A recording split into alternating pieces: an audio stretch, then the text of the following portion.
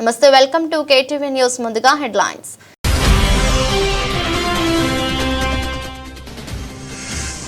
EU America మధ్య కుదిరిన big trade deal తాజాగా ప్రకటించిన డొనాల్డ్ ట్రంప్.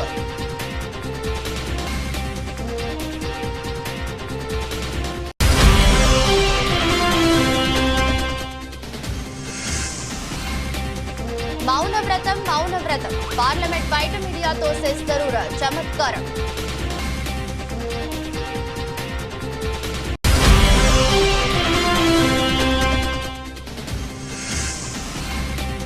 పార్లమెంట్ లో ప్రధాని మోదీ నేడు లోక్సభలో ఆపరేషన్ సింధూర్ పై చర్చ షురు.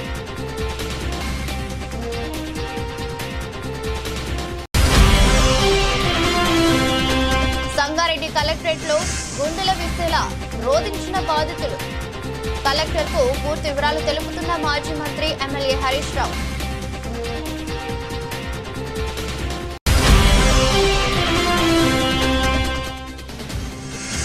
పోచంపల్లి ఫౌండేషన్ ఆధ్వర్యంలో గిఫ్ట్ స్మైల్ మహిళలకు కుటుంబ మిషన్లు, కేసీఆర్ కిట్ల పంపిణీ.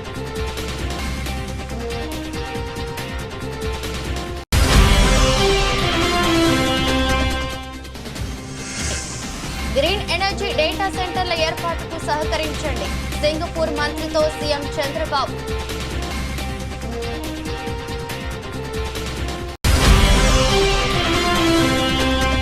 అధికారంలోకి వచ్చి 15 నెలలు అయినా ఒక్క ఐటీ ఉద్యోగాన్నైనా ఇచ్చారా? ఎద్దేవా చేసిన వైఎస్ఆర్సీపీ అధ్యక్షులు గుడివాడ అమర్నాథ్.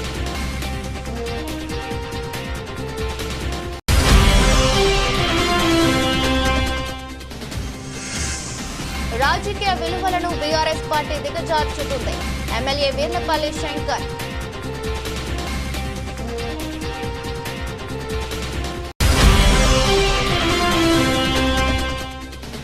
ముస్లింలకు 10% కేటాయిస్తే రాష్ట్రం అగ్నిగుండం చేస్తా బీజేపీ పార్లమెంట్ సభ్యురాలు డీకే అరుణ హెచ్చరిక.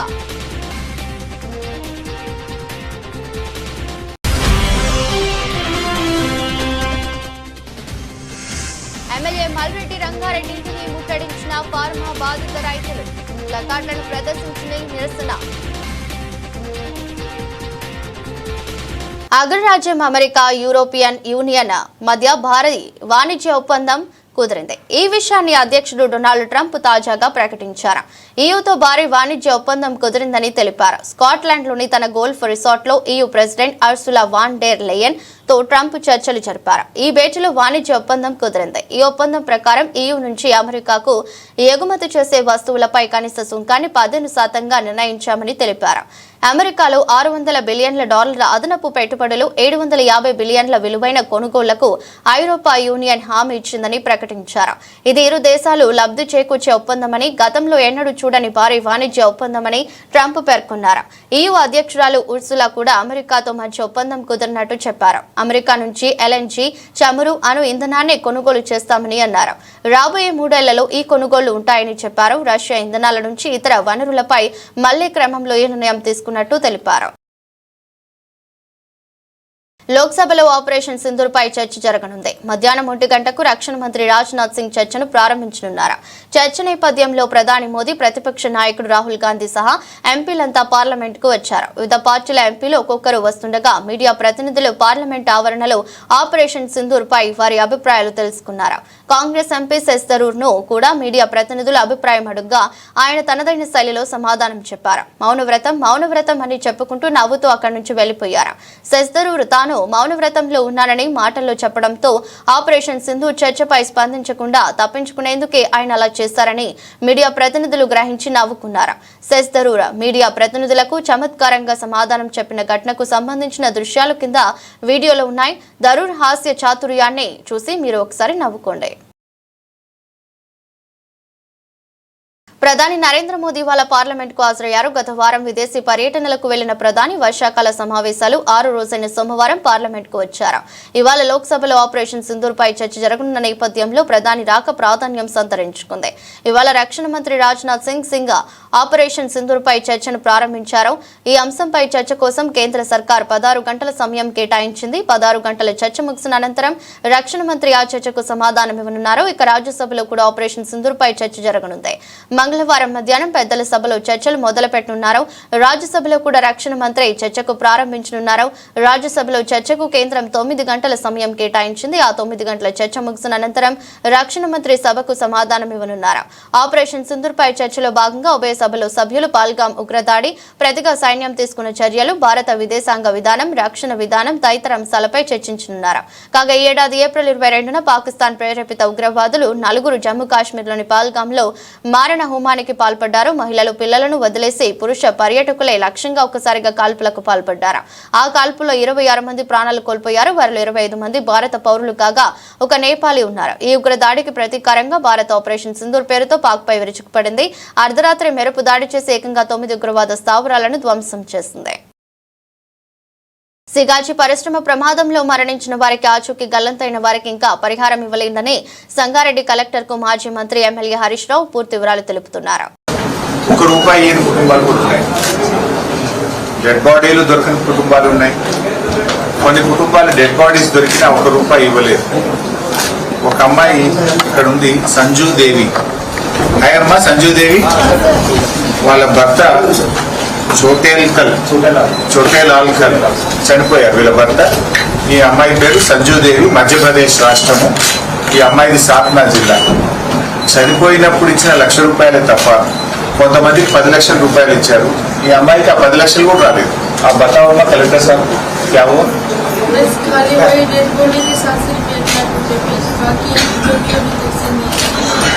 आपके ससुर के साथ वो है क्या?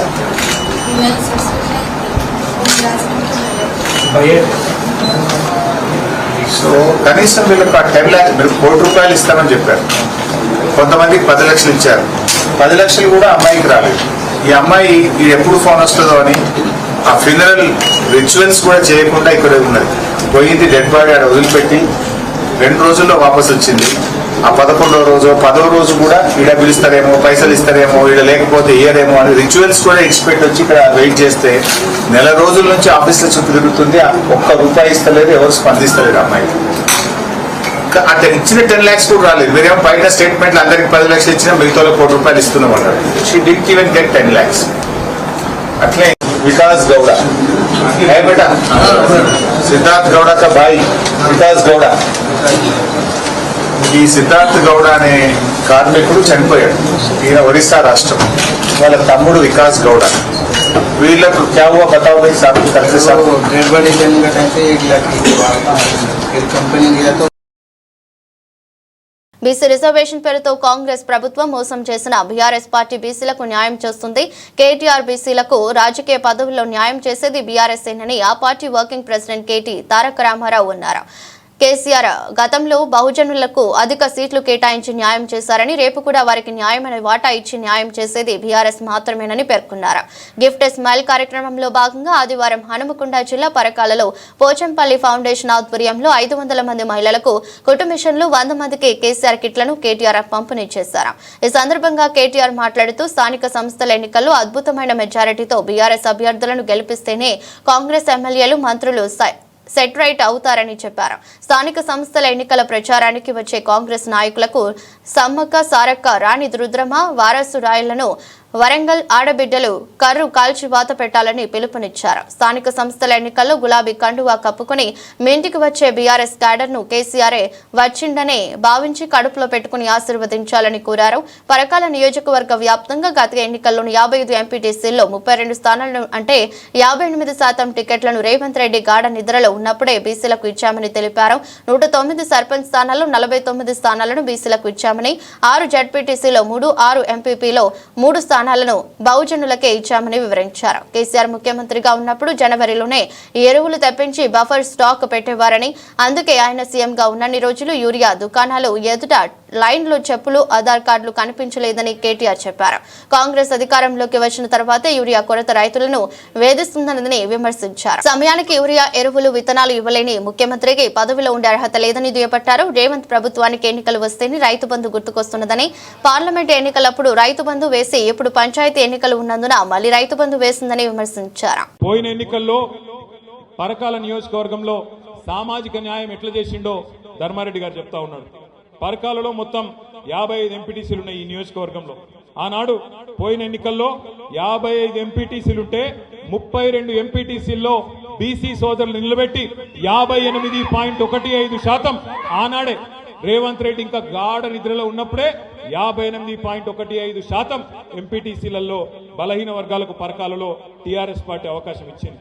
సర్పంచులు 109 మంది ఉంటే అందులో 49 మంది అంటే దగ్గర 45% ఆనాడే బలహీన వర్గాల సోదరులకు ఇచ్చి గెలిపించుకున్న పార్టీ టీఆర్ఎస్ పార్టీ. 6 మండలాలుంటే 6 జెడ్పీటీసీలకు గాను 3 మరి బలహీన వర్గాలకు ఇచ్చి 50% బలహీన వర్గాలకు ఇచ్చుకున్న పార్టీ బీఆర్ఎస్ పార్టీ. అట్లాగే ఎంపీపీలు 6 ఉంటే 3 బలహీన వర్గాలకు ఇచ్చుకొని 50%.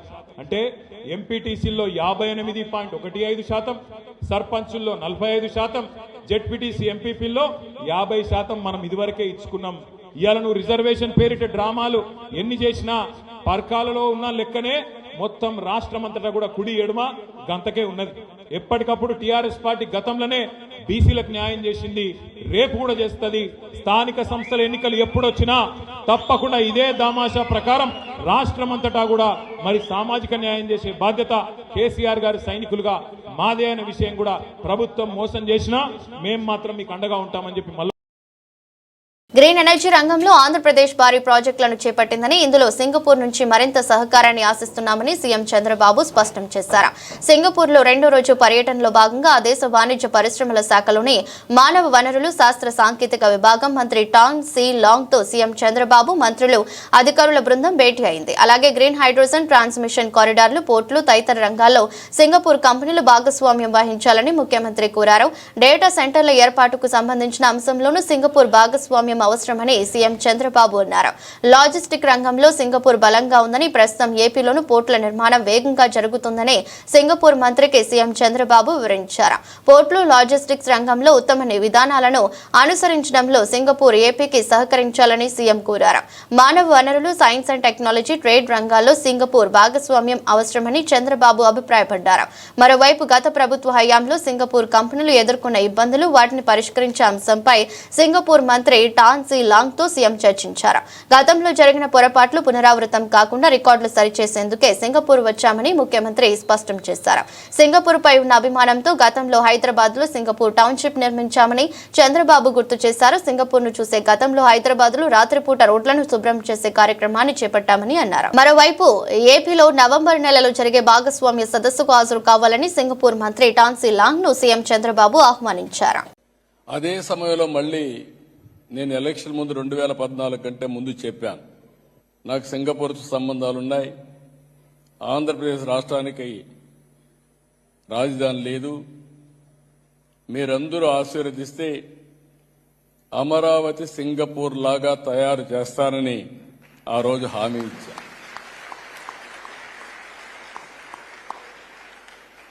ఆ తర్వాత మీరు చూస్తే నేను నేరుగా సింగపూర్కి వచ్చాను. ఫస్ట్ టైం నేను ముఖ్యమంత్రి 95 అయితే సింగపూర్కి రాలా, అమెరికాకి వెళ్ళా. 15 రోజులు తిరిగా, అన్ని కంపెనీలు కలిసా.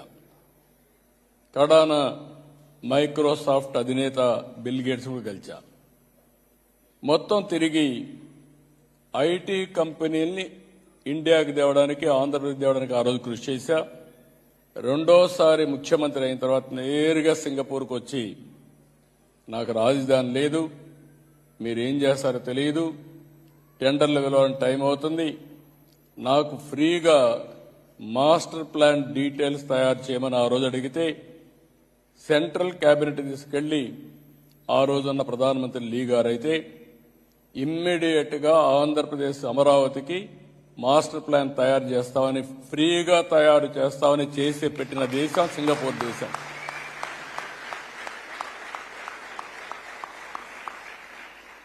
బెస్ట్ ప్రాజెక్ట్ తయారు చేశారు.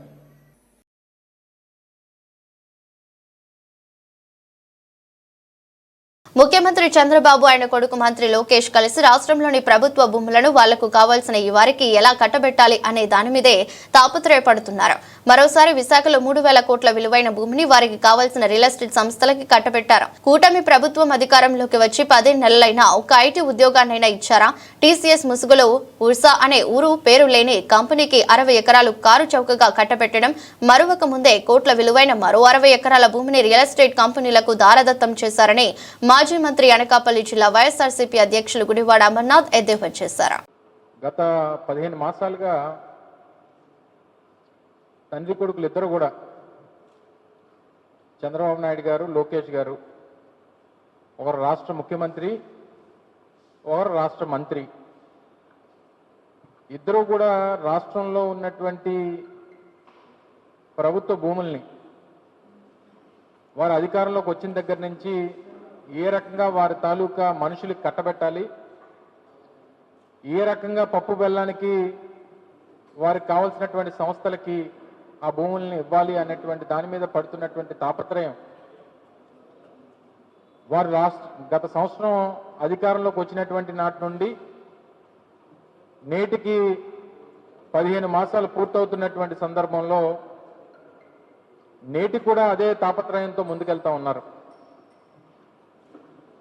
మధ్యకాలంలో మొన్న 24వ తారీఖున జరిగినటువంటి కేబినెట్ సమావేశంలో మరొకసారి విశాఖపట్నంలో ఉన్నటువంటి కొన్ని విలువైనటువంటి భూముల్ని, దాదాపు 3,000 కోట్ల రూపాయలు విలువైనటువంటి భూముల్ని కారు చౌకగా వారికి కావాల్సినటువంటి కొన్ని రియల్ ఎస్టేట్ సంస్థలకి కట్టబెట్టినటువంటి వైనాన్ని మనం చూసాం. వాటితో పాటు ధీటుగా ఐటీ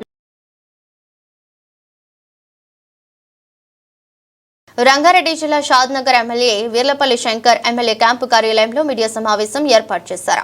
ఎమ్మెల్యే మాట్లాడుతూ మంచి సంస్కృతికి, విలువలకు, పోరాటానికి నిలుమైన తెలంగాణ గడ్డ అన్నారు. తెలంగాణ తెచ్చుకున్నది మీలాంటి వారి రౌడీయిజం చూడటానికి కాదన్నారు. బీఆర్ఎస్ అధికారం కోసం చేసే ఆకృత్యాలు ప్రజలకు కళ్లకు కట్టినట్లు కనిపిస్తుందన్నారు. తెలంగాణ వచ్చింది ఒక్క పార్టీ వలన కాదన్నారు. ఎందరో బలిదానాలు ఫలితమే తెలంగాణ అన్నారు. బీఆర్ఎస్ నాయకులు చేసే ఆకృత్యాలపై న్యాయపరంగా పోరాడతామన్నారు. బీసీ కళ కోసం 42% రిజర్వేషన్ పట్టుబట్టి ముఖ్యమంత్రి పోరాడుతున్నారు. బిల్లు చేయాల్సిన బీజేపీ పార్టీ వంకర టింకర సమాధానాలు చెబుతుందన్నారు. చేతనైతే పార్లమెంట్లో బిల్లు ప్రవేశపెట్టాలన్నారు.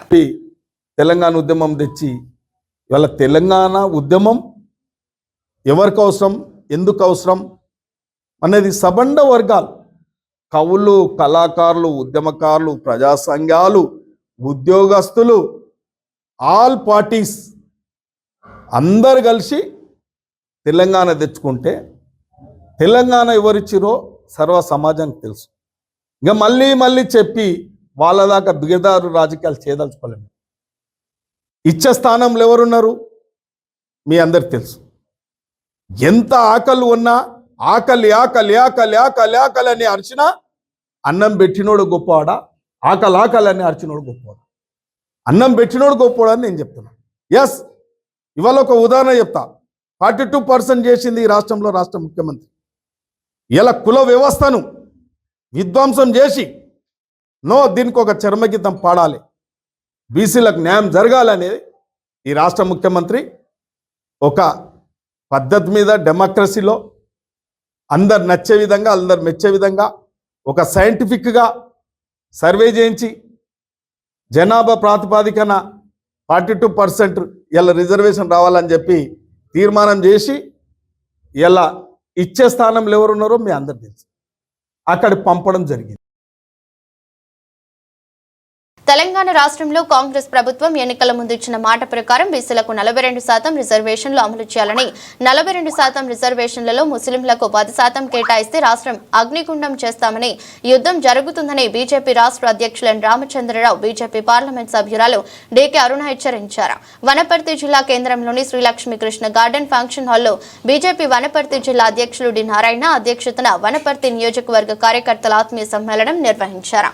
గద్వాల మీదుగా జిల్లా కేంద్రానికి పట్టణానికి చేరుకున్న బీజేపీ రాష్ట్ర అధ్యక్షులు ఎన్ రామచంద్రరావు మర్రికుంట ఎకో పార్క్ దగ్గర జిల్లా అధ్యక్షులు డి నారాయణ ఆధ్వర్యంలో ఘన స్వాగతం పలికి పెద్ద ఎత్తున బైక్ ర్యాలీ నిర్వహించారు. ముఖ్య అతిథిగా బీజేపీ రాష్ట్ర అధ్యక్షులు ఎన్ రామచంద్రరావు మాట్లాడుతూ ఉమ్మడి మహబూబ్ నగర్ జిల్లాలో వేలాది మంది చదువుకున్న యువత నిరుద్యోగులుగా నోటిఫికేషన్ల కొరకు జాబ్ మేళాల కొరకై పట్టాలు చేత పట్టుకుని తిరుగుతున్నారని, ఎన్నికలకు ముందు కాంగ్రెస్ పార్టీ ఇచ్చిన హామీ జాబ్ క్యాలెండర్ ఏమైందని, కాంగ్రెస్ పార్టీ ఇప్పటిదాకా ఎన్ని ఉద్యోగాలు ఇచ్చిందో శ్వేతపత్రం విడుదల చేయాలని డిమాండ్ చేశారు. మహబూబ్ నగర్ పార్లమెంట్ సభ్యురాలు మాజీ మంత్రివర్యులు డికే అరుణమ్మ మాట్లాడుతూ పేద ప్రజలతో ఆర్థికంగా ఎదగాలని, ఆర్థికంగా ఎదిగిన రోజే పేదరికం పోయి ఆర్థిక సమానత్వం సాధ్యమవుతుందని, ప్రధానమంత్రి నరేంద్ర మోదీ వికసిత్ భారత్ లక్ష్యంతో పేదలకు, మహిళలకు, యువకులకు, రైతులకు అనేక సంక్షేమ పథకాలు అమలు చేస్తున్నారని, విద్యారంగం వైద్యానికి అధిక ప్రాధాన్యతనిస్తూ పట్టణాలతో సమానంగా గ్రామాల అభివృద్ధిని కూడా అనేక సంక్షేమ పథకాలు అమలు చేస్తున్నారని, విద్యారంగం వైద్యానికి అధిక ప్రాధాన్యతనిస్తూ పట్టణాలతో సమానంగా గ్రామాల అభివృద్ధిని కూడా అత్యధిక నిధులు కేటాయిస్తున్నారన్నారు. స్థానిక సంస్థల ఎన్నికల్లో ఉమ్మడి జిల్లాలో భారతీయ జనతా పార్టీ జెండా ఎగురవేయాలని ఆమె పిలుపునిచ్చారు.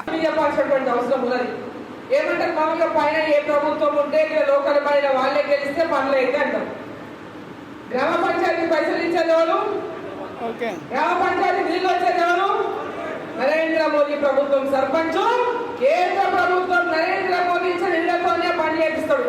ఓటు ఎవరు చేయాలి? సర్పంచ్. సర్పంచ్ అక్కడ ఉన్నారంటే ఓటు భారతీయ జనతా పార్టీ యొక్క ఎవరైతే మద్దతుదారు ఉంటాడో గుర్తుంటారు సర్పంచ్. ముందు ఆచార్య గారు బీసీ విషయం చెప్పారు. నేను గతంలో దీనిపైన నేను కూడా ఒక రాష్ట్ర అధ్యక్షుడిగా దానిపైన మాట్లాడడం జరిగింది. రైతులకు వారికి దొరికేటటువంటి యూరియా అదేవిధంగా ఎరువుల మీద అన్నక్క గారు మాట్లాడారు. కాబట్టి ఈ రాష్ట్రంలో సమస్యలు మామూలు కావు. ఆ సమస్యలతో పాటు తెలంగాణలో అనేకమైన సమస్యలు ఉన్నాయి. దాన్ని ఎమ్మటే ఈ యొక్క ప్రభుత్వం గుర్తించాల్సిన అవసరం ఉన్నది. ఇదే ప్రాంతంలో జూరాల సంబంధించినటువంటి అప్పుడు ఆ రోజు నిర్వాసితులకు ప్రాజెక్టు కట్టేటప్పుడు ఇప్పుడు కూడా వారి నిర్వాసితులకు ఇంకా వారి కాంపన్సేషన్ దొరకలేదు, ఉద్యోగాలు రాలేదు, మరి ల్యాండ్ అన్నారు అది కూడా రాలేదు. ఆ మధ్య ఈ ప్రాంతం నుంచి కొంతమంది యువకులు కోర్టుకు వెళ్ళారు. కోర్టు చెప్పింది వాళ్ళకు ఉద్యోగాలు ఇవ్వమని చెప్పి. నేను డిమాండ్ చేస్తా ఉన్నా ఈ ప్రభుత్వాన్ని, రేపు రాబోయేటువంటి నోటిఫికేషన్. ఇబ్రహీంపట్నం ఎమ్మెల్యే మల్రెడ్డి రంగారెడ్డి ఇంటిని ఫార్మా బాధిత రైతులు సోమవారం ఫార్మా వ్యతిరేక పోరాట కమిటీ ఆధ్వర్యంలో ముట్టడించారు. యాచారం మండలంలోని మేటిపల్లి, నానక్ నగర్, తాటిపర్తి, కురుమిద్ద గ్రామాలకు చెందిన ఫార్మా బాధిత రైతులు ఉదయం తెల్లవారుజామునే క్రూయిజర్లు, ట్రాక్టర్లు కట్టుకుని తిరుమల హిల్స్ లోని ఎమ్మెల్యే రంగారెడ్డి ఇంటికి పెద్ద ఎత్తున చేరుకున్నారు. రంగారెడ్డి ఇంటి ముందు సుమారు 300 మంది రైతులు, మహిళలు, యువకులు బైఠాయించి ప్లకార్డులను ప్రదర్శించి నిరసన చేపట్టారు. ప్రభుత్వానికి, ఎమ్మెల్యే రంగారెడ్డికి వ్యతిరేకంగా నినాదాలు చేశారు. ఎన్నికల ముందు ఇచ్చిన హామీని నెరవేర్చే వరకు అక్కడి నుంచి కదిలేది లేదంటూ రైతులు భీష్మించి కూర్చున్నారు. ఈ సందర్భంగా ఫార్మా వ్యతిరేక పోరాట కమిటీ సమన్వయకర్త కౌల సరస్వతి మాట్లాడుతూ ఎన్నికల ముందు ఫార్మా బాధిత రైతులకు ఎమ్మెల్యే రంగారెడ్డి ఇచ్చిన హామీని వెంటనే నెరవేర్చాలని ఆమె డిమాండ్ చేశారు.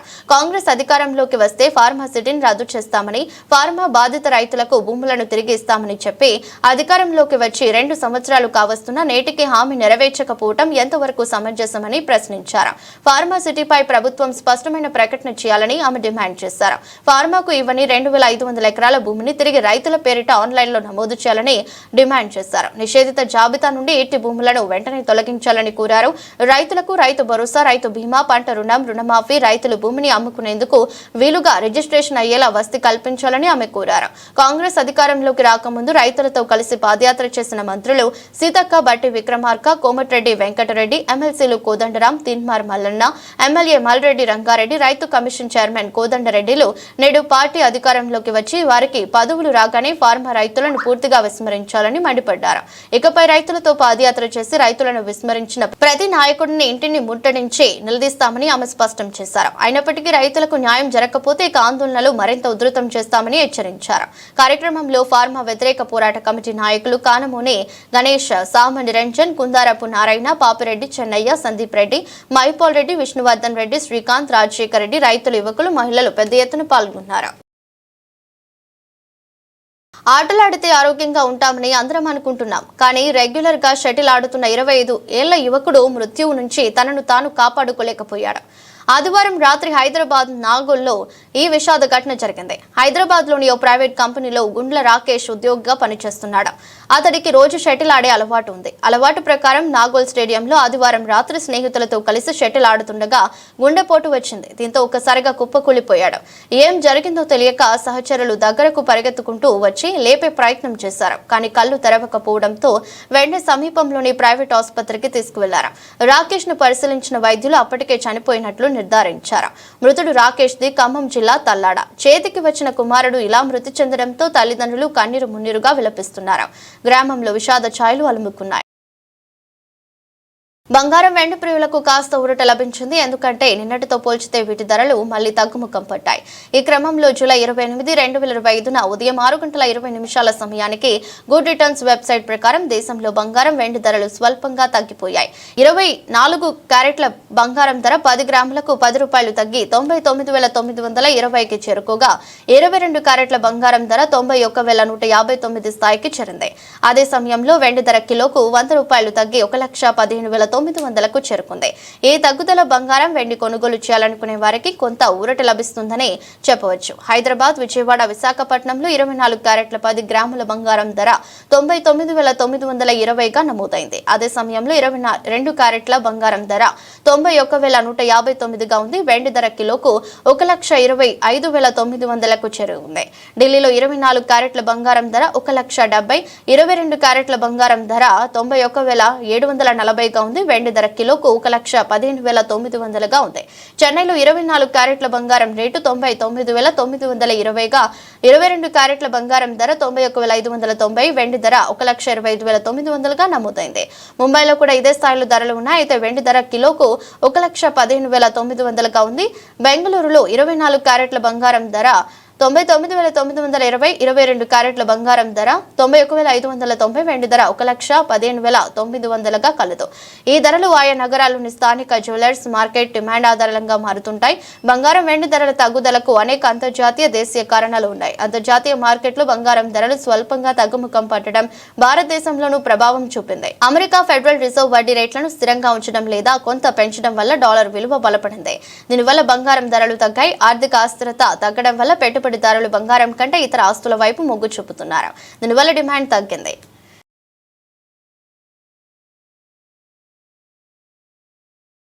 వార్తలు ముగించే ముందు మరోసారి హెడ్లైన్స్.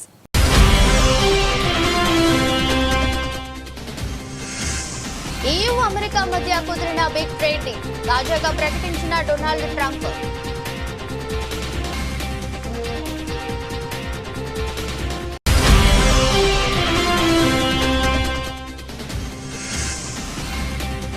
మౌనవ్రతం పార్లమెంట్ బయట మీడియాతో చేస్తారు చమత్కారం.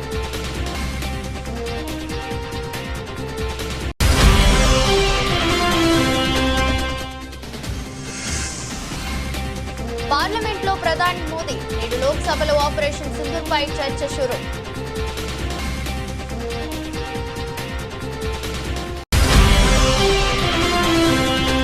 సంగారెడ్డి కలెక్టరేట్ లో గుండెల విసేలా రోధించిన బాధితులు.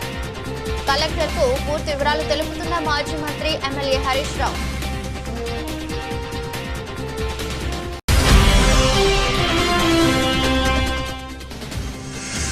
పోచంపల్లి ఫౌండేషన్ ఆధ్వర్యంలో గిఫ్ట్ స్మైల్ మహిళలకు కుటుంబ మిషన్లు, కేసీఆర్ కిట్ల పంపిణీ.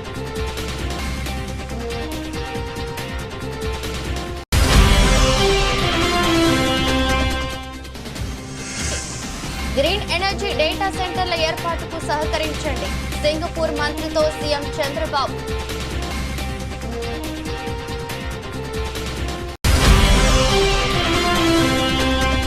అధికారంలోకి వచ్చి 15 నెలలు అయినా ఒక్క ఐటీ ఉద్యోగాన్నైనా ఇచ్చారా? ఎద్దేవా చేసిన వైఎస్ఆర్సీపీ అధ్యక్షులు గుడివాడ అమర్నాథ్.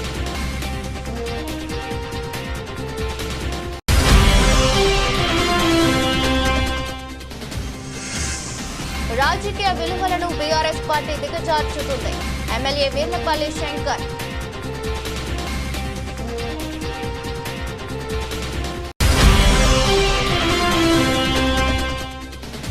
ముస్లిం గిరిజనులకు 10% కేటాయిస్తే రాష్ట్రం అగ్నిగుండం చేస్తాం. బీజేపీ పార్లమెంట్ సభ్యురాలు డీకే అరుణ హెచ్చరిక.